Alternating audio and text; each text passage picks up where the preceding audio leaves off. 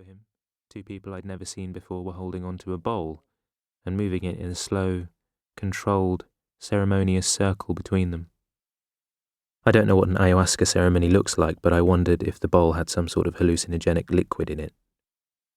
The guy who had his window open every single day all year round for unknown reasons that drove me crazy with speculation had his window open. I say none of this so you think I'm a creep who spends his time staring into other people's homes.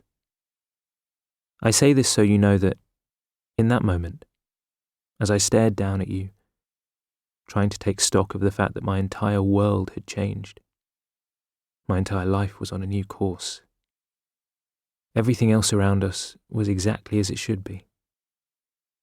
The world continued to turn and not move to the beat of just one drum. And that grounded me. It stopped me freaking the fuck out. In India, the Ganges River is worshipped as representative of the goddess Ganga. Ashes are scattered in the Ganges. People wash themselves as a way of honouring Ganga, hoping to wash away sins, have a new start, change their fortune. Moksha. It is freedom from life and death. That's what Ganga can bring us. The Ganges descends from heaven to earth. She is also the vehicle of ascent from earth to heaven, a crossing point of all beings, the living as well as the dead. We scattered my mother's ashes in the Ganges.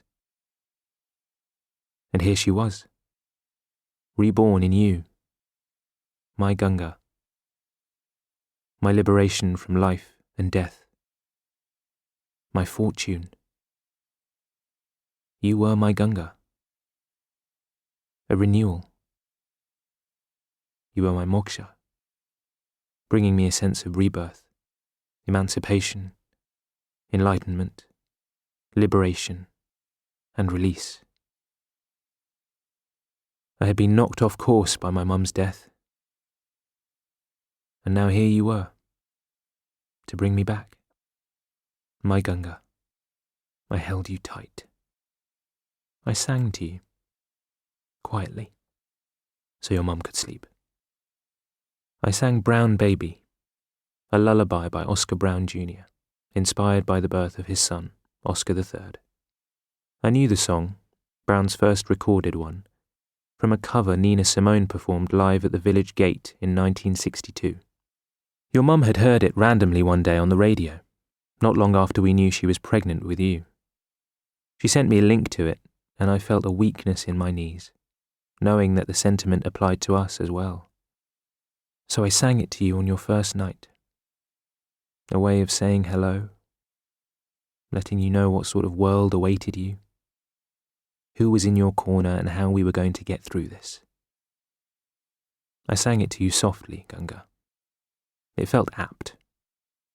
Here you were, a brown baby, born into a world that felt less welcoming to you than it should have done. A new citizen of a country that used to be better at pretending it was friendly towards immigrants and their kin. You know, when we were going to do the shitty jobs no one else wanted to do. You know, saris, steel bands and samosas. I sang and I cried, because I was so tired and the sleep deprivation made that song's lyrics resonate loudly. When out of men's heart all hate is hurled, sweetie, you're going to live in a better world. Brown baby, brown baby, brown baby. I knew the song was about the civil rights struggle in America. But with all the injustice around us in this country, and with this bubbling hate I was seeing online, it felt important in that moment to tell you that you were a brown baby. And I had your back. Listen, I told you, holding you up and whispering in your ears. You are a proud brown woman. My mum would have loved to have met you, but she isn't here. And I will do everything I can to ensure that I raise you as she would have liked to have seen.